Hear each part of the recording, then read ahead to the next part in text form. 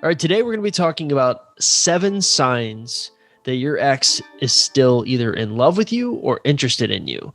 And I brought on Tyler Ramsey, one of our ex recovery coaches, to basically help me go through these signs. And before we started recording, we spent a little while arguing over what signs should go on. I kind of like came at him with this gigantic list, and he was like, I don't think that one. And so we handpicked these signs for people that are listening. We put some thought into it. But how are you doing, Tyler? I'm doing good. How are you, Chris? Hanging in there. We're ready to start talking about these signs that an ex is still in love with you. And I wanted to put in also that the love thing is it's like such a hot topic word people use. So I think broadening the definition to say like interested in you is probably a fair thing to do for some of these signs as well. Yeah, I totally agree. I think that's a good way to label it. So yeah, we've Tyler and I basically put together 7 signs that things are looking good for you, essentially, if you're going through our program. And you want to just kind of jump right into it, Tyler? Yeah, so I think this one is one of the ones that I kind of feel like, I deal with more often, especially in coaching and or just all around that I see more often. And that's the fact that your ex is afraid or doesn't want to come back because they're scared. Whether that be they're scared to be emotionally hurt again or to reopen wounds, or, the mere fact that they may feel that you don't feel the same way. And so they just kind of avoid that altogether. Yeah.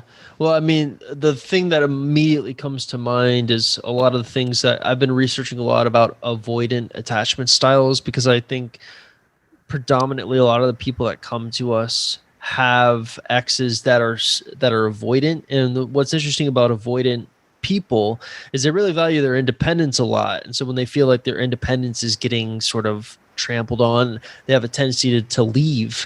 And it's usually not until they feel like you have moved on that they begin to create some nostalgia with the relationship. So this kind of fits that almost to a T, where Yes. they're not coming back because they're scared, and they're scared because they feel like their independence is getting trampled on.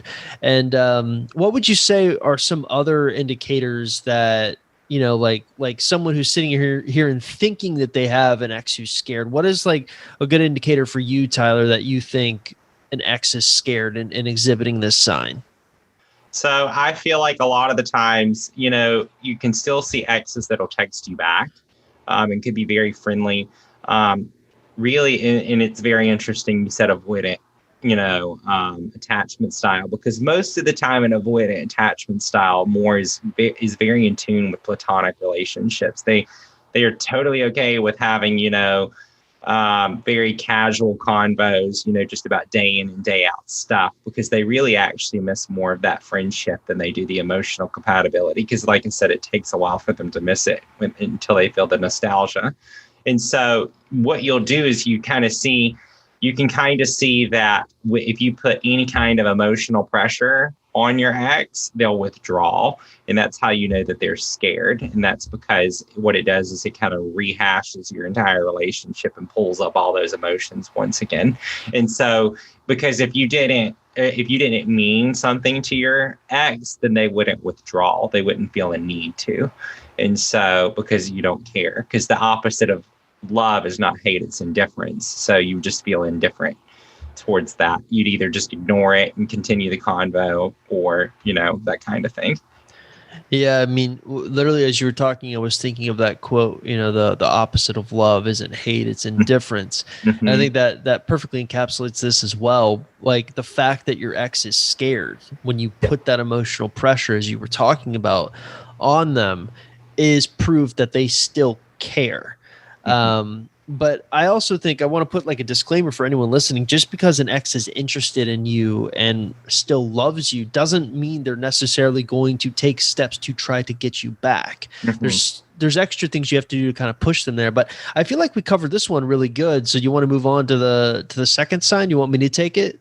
Yeah. Well, I can kind of start. And then I think the next one we kind of talked about is that this is a very good indication if you're ever texting your ex and they make an effort to continue it even if the conversation dies. So basically, you send a text message that, doesn't really require a reply, and they either decide to change the subject and create a whole new conversation, or they ask a follow-up question or something that really pushes the envelope.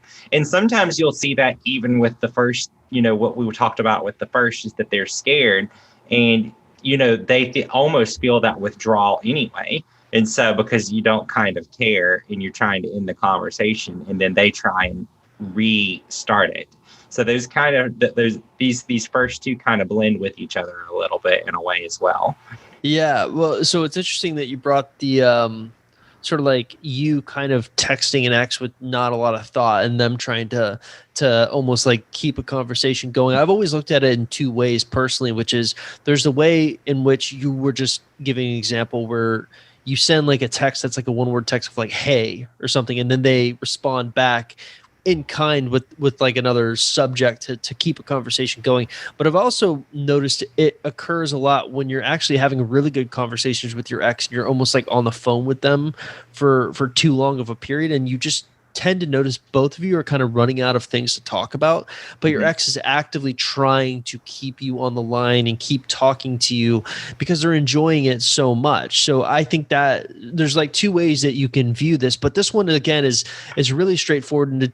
And I think also there's another sign coming up, not the next one, but a few from now that also kind of connects to the first sign. So I think a lot of times you're going to see exes who are scared to get back with you is kind of one of those huge predominant signs that is a trend throughout everything that we're going to be talking about. But this next sign is not an ex who's scared to get back with you. It's usually an ex who's having a very, very ridiculous reaction. And that's when your ex grows extremely jealous. So do you have any like fun stories that we can sort of I do actually. I was actually thinking about them as I saw it. I was like, we could really unpack this one. So, I mean, you can see this in multitudes of ways. And so, an ex can be jealous like at the beginning, if the actual person is just rebounding, and, then it's almost like they're rubbing it in their face, and then they grow jealous. And so they'll either spitefully come back and they'll post on their Instagram or their Facebook or wherever, that they're in a relationship or they're going out with somebody, or, in that regard completely. I've even seen it go as far as the ex stalking their Instagram and basically tracking their followers and then telling them that they've done it, essentially. Like, how do you know this person, or that kind of thing? That's how you really show real big signs of jealousy without really out front saying it, but you wouldn't be going through somebody's followers if, you weren't feeling some kind of, way towards another person, or you were jealous of what they may be doing or who they're seeing or anything in that regard. And a lot of times you see that when you yourself are moving on. And so the ex does become jealous of either the life that you're living, whether that is without somebody, and, you're living what we term ungettable life, which is essentially, you don't need anyone in your life to make you happy. You're just great without anybody, and everyone else is basically privileged to even know you. Is the way I kind of phrase it. But or they can be jealous just on the mere fact that you could be moving on with someone else and experiencing a life. Because what that essentially does and sends to your ex is that, oh wow, I wasn't valued enough to save the relationship, and maybe I wasn't good enough, and they have found something that's better now. So it kind of really sets that tone against your ex in a way too, because it's almost a form of rejection. Yeah. Well, so the interesting thing about jealousy is I think it's like the core ideas of it, of what we're talking about haven't really changed since I started. But what's interesting and what has changed is a lot of the mediums in which you can sort of like draw upon jealousy. Like when I started, Instagram wasn't a thing. So with the advent of Instagram stories, where you can literally look and see who's watching your Instagram stories, it's a lot easier to make an ex jealous when you know for a fact they're going to be watching your Instagram story and you post certain things. Yep. So I don't really have much to add from what Tyler covered it so perfectly. The only thing I can say is it's actually easier to create jealousy now than it was when I first started. So be careful in how you create it. You know, you don't want to get ridiculous with it, but I can definitely say in interviewing success stories, I see moving on, like the success stories who got their exes back, a lot of them are moving on or at least going on dates with other people. And that created some form of jealousy within their exes. So I do think it is not only an ideal strategy for helping improve your chances, but it definitely, I mean, the proof is in the pudding. People who are getting their exes back have moved on to other people, even if they're not feeling like, oh, I'm trying to find or replace my ex. They're just like, I just want to go on a date to see if I'm still in love with my ex or something. But yeah, I don't really know if I can add too much more than what Tyler did. The next sign is your ex is willing to try the things that you like that they don't like. So this is going to be, this is probably the most obvious thing I think there is, but it's usually going to be like, if you know for a fact that throughout your relationship with them, they didn't like, I'm just using a random example here. So this has no, believe me, I have no bearing in the fight at all. But if your ex like hates opera and they are actively willing to sit there and listen to you talk about opera or even suggest going to an opera, it's a pretty good sign that they're interested in you. Like they're willing to try. And I'm wondering if you have anything more to add, because it's pretty straightforward, you know? Yeah, that one doesn't require a whole lot of explanation because it almost explains its own self, just by the statement. But essentially, or you could even add a second layer to it, maybe, and you could say, well, they're mentioning the fact that they want to go try something that you want to do when they don't want to do it. So, or they already know you well enough to know that they don't like to do it. So if they're bringing it up, that's even an added layer of that, they're making an extra effort to do something. Yeah, I mean, there's really like two layers to it. Number one is they're willing to try something that they hate, and they're also willing to bring it up because they know it's going to get on your good side. Yeah. So that's obviously a sign that they're interested or, still love you. Yes. The next one I'm actually interested to hear your personal opinion on, because you said you did this, the pet names thing. The next sign is basically using pet names from the past. I'm kind of interested to hear the stories you have about falling back. Like, I want your perspective of why you did this or your frame of mind of when you did this. Yeah. So like, if you feel like you're, wanting to, if you've got some pet name you've assigned in the relationship, and that it's like it had some kind of intimacy attached to it, or, it was, almost like an inside thing within your relationship. I feel like that mentioning that almost subconsciously is insinuating that that is what you'd prefer to have again. Because if you wanted a relationship change, maybe to being just a friend, then you probably wouldn't mention those kinds of things because that's what you two shared when you were more in an intimate context versus, maybe just being acquaintances now. So I feel like it's pretty indicative that that's kind of the way they're going with it. I mean, I've done it in the past when I wasn't completely over people. I've seen it with, people that I've coached as well.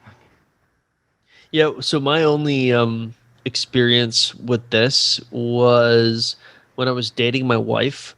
For me, pet names are like a big thing. I don't know why, but like having her call me like honey or babe or things like that, that was like a big deal for me. But I'll never forget because like you start to think, you start to get like, like a little more confident in the fact that like, wow, I got this girl that's saying these like weren't dating yet, or we weren't officially in a relationship yet. We were just kind of in that talking stage. And I remember thinking like, well, I'm special. But then I started getting all of these doubts in my head of like, wait, does she just do this with every guy? Am I just like one of these guys that she's playing? And I remember going to her Facebook profile, trying to see how she would talk to other guys in the comments to see if she would say like babe to them, because I'm like, because like I think the pet names thing is kind of an interesting. It's very situational, because some women like it always kind of this is just me, but like I went to go visit my parents a couple of months ago, and I had to drive there because of COVID. I didn't want to take a plane, and so I live in Florida and they live in Texas, so I had to drive there, right? And as I'm going, and I get to Alabama, and I pull over for gas, and then I pull over at a Chick-fil-A, and the woman there taking my order is like calling me hun, and I'm like, you're not supposed to do that with normal people, because I'm almost certain, because she didn't see me, she was just taking the order over the little speaker thing. So I guess it's situational, based on like you have to figure out if like your ex is the type of person who reserves pet names for relationships, or if they're just kind of loose with their pet names. You know what I'm saying? Well, I think there's two components to it as well. And that one, there's a cultural aspect to it. I think Southern people are more, and if we're talking about the United States here, which I know we have a lot of viewers that are not in the United States, the Southern culture is to have more of those pet names like hun, honey, that kind of thing. And you have to check the way in which the tone is as well. I think tone, it's really difficult to measure that over a text message, but the tone in which your ex says it also matters as well, because you can still have a pet name and be condescending. That's true. There is another aspect to that as well. So they're cultural, the cultural aspect to it, and then the tone. You'd have to measure both of those to kind of figure out, is the pet name appropriate or not. However, in most contexts, I feel like with an ex, it's more likely indicative that, it's portraying, that they may not be over you. And they still have feelings. So I realized I totally skipped over a super important sign. I know. I realized that after you started talking about the pet names thing, and I was like, oh man, so the sign that I skipped over is really actually important. It does kind of connect to that the first sign, which was like, learning, if you learn that they're scared, if they're not coming back because they're scared. This one is kind of like a offshoot of that, which is you learn that your ex is pretending to be over you. So what's the first thing that pops in your mind when you hear this? So most of the time they are very neutral. I feel like, they try to give off a very non-emotionally cold response when they're trying to interact with you. They're really trying to set boundaries. And I think mostly because they are scared most of the time. But it is difficult to play this out a little bit, because, what is pretend and what isn't, because, sometimes people are indifferent and sometimes they aren't. But I do feel like if they're going out of their way to tell you that they're over you, or they are sending subtle signs of like, oh, I'm totally over you, or they're just posting a lot on Instagram, that's more of a sign that they're pretending to be over you. And they're going out of their way to let you know that they're okay without you. And so, but you'll also see most of the time when people act like this, that they slip occasionally too. They'll have cracks within it. And so, I have seen friends ask about, the other person, and, but then when you've got the opposite response of like, they're over me, that kind of thing, but then you have a friend that asks, that just kind of doesn't add up in that way. So, basically you have to look for those kinds of things. And so, and, your ex can be really good at it too. And, have all their friends roped into it as well, to where they keep their mouth shut as well. But, I've actually seen all of that too, where someone's like, no, I'm over you, I'm dating other people. But then they will do all of the things that we just discussed on, we'll still text, and we'll still use pet names, and we'll still, ask about their followers and dig, and we'll start liking things or want to continue the conversation when it dies out. so you kind of have to look for all the signs in which we just talked about as well, because they will have subtle, touches within there that show that. Well, yeah. So the interesting thing about that is I totally agree with you about them. Like, I recently did a YouTube video where I was talking about these signs and that your ex is pretending to be over you. And one of the very first signs is they are a little too forceful in convincing everyone that they are over you. Yes. Like exactly what you just said. But also the other thing that you hit on is something that I also hit on as well, which is that couple routine. So like, you get into these routines as couples and there's like these certain expectations about like what you're going to be doing. Well, if that couple routine, if you're broken up and then they still treat you like a boyfriend or a girlfriend, that's kind of an indicator that they're still into you. They're just sort of pretending to be over you. So it's really interesting. You get these like crazy shifts in behavior. And I think one of the ways you can find the cracks that Tyler's talking about is contradictions. So if they're contradicting themselves in their actions versus what they're doing versus what they're saying, it's kind of a sign that there's like this internal battle going on and they don't really know or haven't sorted out the feelings inside yet. So yeah, I mean, probably the most obvious one is they're way too forceful about proving that they're over you. Like they're telling everyone, they're telling your friends, you're telling your family, but mostly it's like social media. They're like crazy. You see this all the time with like those memes, like, like there's other fish in the sea type memes, or like, I've seen a guy literally post that Beyonce's All the Single Ladies. I know I'm dating myself a little bit, but I was like, come on, dude, that's so stupid. But stuff like that, like really weird behaviors where they're a little too obvious about, because the only personal experience I can draw from with this is I remember when I went through my very first breakup, I was like 18 years old.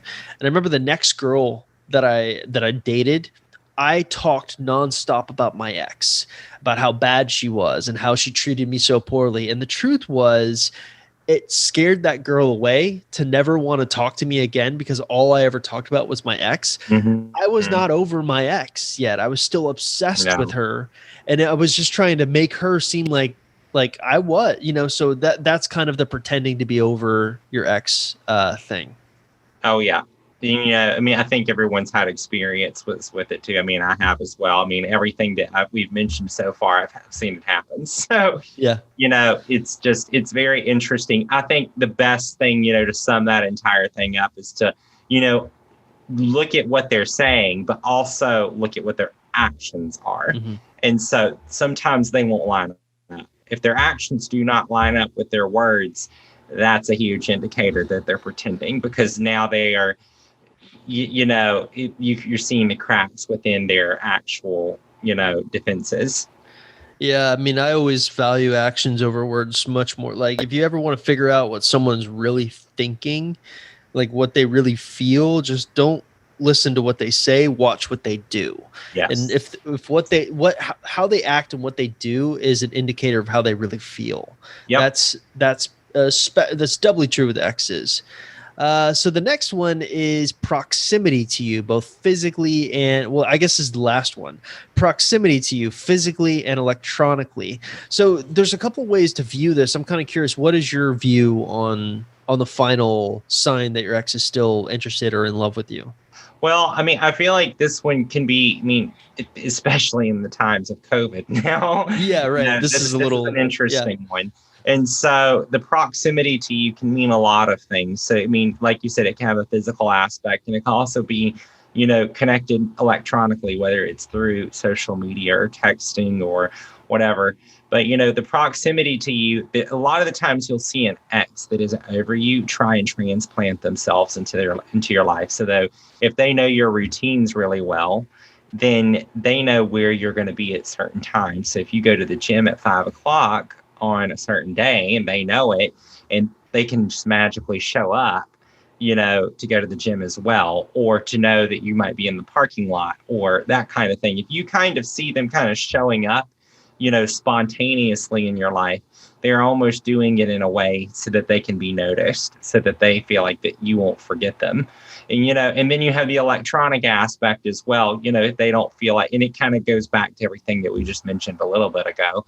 If they're wanting to continue the conversation, if they are constantly reacting to your stories or social media, or they're constantly keeping tabs on you by watching all of your things, or they're having their friends do it, because you also don't want to always discount that. I've seen exes not watch their stories on purpose and then have friends do all the dirty work for them. And so there are plenty of friends that will do that. And so, it's sometimes not always it's more subtle subtle than, just like transplanting into something. Right. Yeah. Well, I think the underrated thing there is the watching your stories now, because we see it happen in two ways. So here's the things that I think you need to look out for. Because most of the time your ex is not going to do anything to what you're posting. But if they're watching every little thing that you're posting, it's a good sign that they're very interested in what you're doing. The other thing is, if your ex isn't watching anything that you're doing, but you constantly notice one of their friends watching everything you're doing, it's usually not a coincidence, I guess is my point. Unless your friend like really has the hots, or unless the friend has the hots for you. But usually it's like kind of a bros before hoes type situation where they've literally enlisted their friend to watch your stories, like Tyler just said.